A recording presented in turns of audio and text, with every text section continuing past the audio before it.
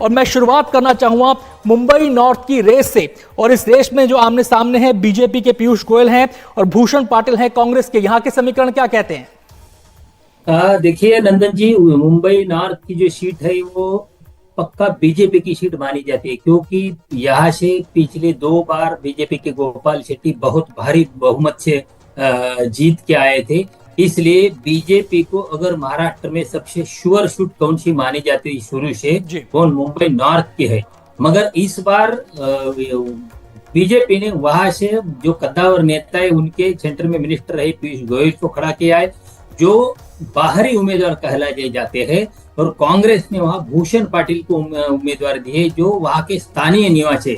इसलिए नॉर्थ मुंबई का सामना इस बार बाहरी कैंडिडेट वर्सेस स्थानीय निवासी, ऐसी लड़त हो गई। इसलिए जो बीजेपी के लिए बहुत बढ़त वाली सीट थी, वहां जो मुकाबला हो दिलचस्प आता हूं विजय जी, बहुत कम समय में हमें 10 सीटों को कवर करना। फटाफट अमिताभ तिवारी जी की भी यहां पर प्रतिक्रिया लूंगा। अमिताभ जी, पिछले रिजल्ट को देखें कि 10 की 10 सीट मुंबई करों ने बीजेपी की एनडीए की झोली में डाल दी। इस बार का समीकरण क्या देख रहे हैं आप? देखिए, शिवसेना का और बीजेपी का एक गढ़ माना जाता है जो मुंबई और थाने क्षेत्र है। 2014 और 19 दोनों में एनडीए ने 10 सीटें यहाँ पर जीती थी और 25% की लीड थी। अब इस बार 5 सीटों पर सेना के 2 फैक्शंस लड़ रहे हैं और 5 सीट पर भाजपा जो है वो कहीं ना कहीं कांग्रेस और एनसीपी से लड़ेगी और शिवसेना उद्धव ठाकरे की पार्टी से भी लड़ेगी। अब देखना यह है कि किसी भी अलायंस में सीमलेस ट्रांसफर ऑफ वोट बहुत इंपॉर्टेंट हो जी।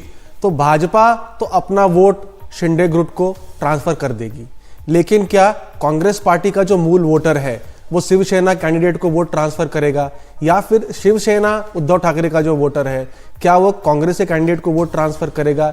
ये एक प्रश्न चिन्ह है। चलिए, मैं आता हूं अमिताभ जी आपके पास। बारी बारी से फटाफट बुलेट की रफ्तार से हम तमाम सीटों का आकलन यहां पर करना चाहते हैं। विजय जी, आपसे 3 सीटों के बारे में मैं पूछना चाहूंगा। बारी बारी से उन सीटों के बारे में आपको बता दूं। हमारी अगली सीट है मुंबई नॉर्थ वेस्ट की। इस रेस में है शिवसेना के रविंद्र वायकर और अमोल कीर्तिकर, शिवसेना उद्धव गुट के।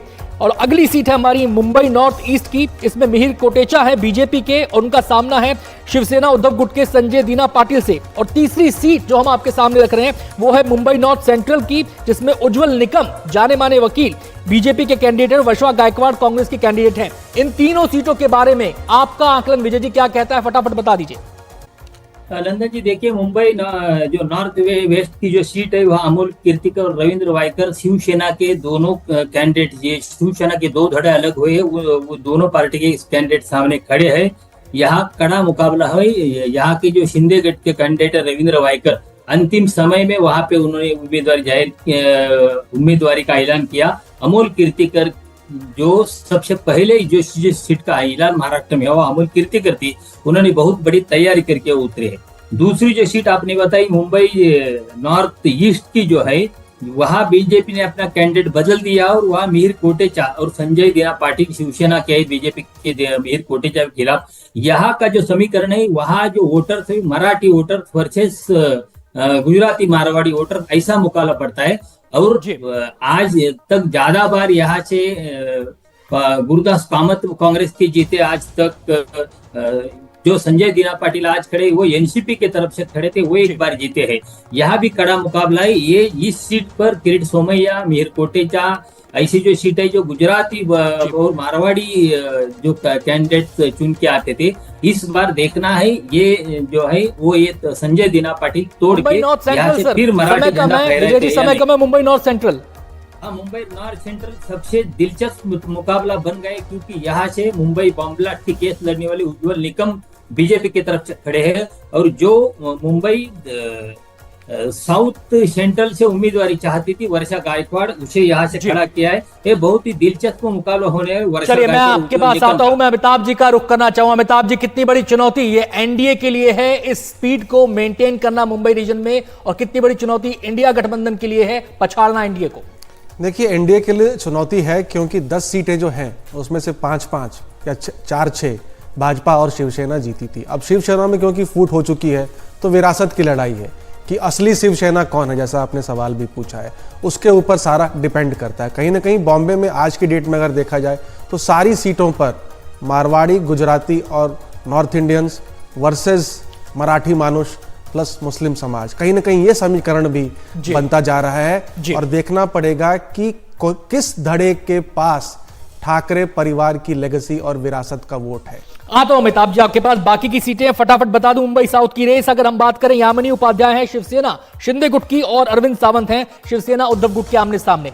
कल्याण की रेस की हम बात करें, श्रीकांत शिंदे हैं जो उनके सामने है, वैशाली डारेकर राणे शिवसेना उद्धव गुट की।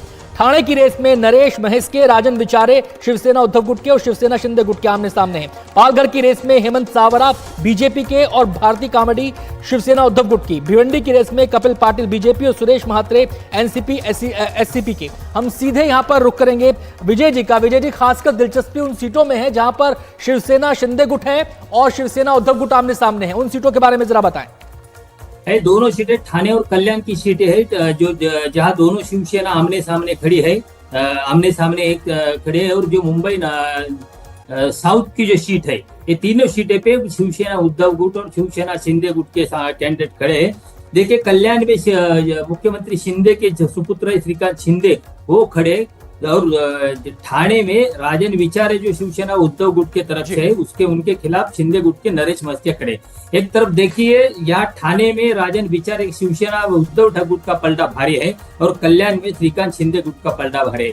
मुंबई साउथ की बात करें तो वहां से अरविंद सावंत तो उद्धव ठाकरे गुट के, उनका पलटा भारी है। यामिनी जाधव, जिन पर ईडी की कार्रवाई हुई थी, उनके बीजेपी की तरफ से उन पर कुछ आरोप हुए थे, उन्हें यहाँ से टिकट दिया है शिंदे गुट ने। इसलिए यहाँ अरविंद सावंत जो पिछले 2 बार सांसद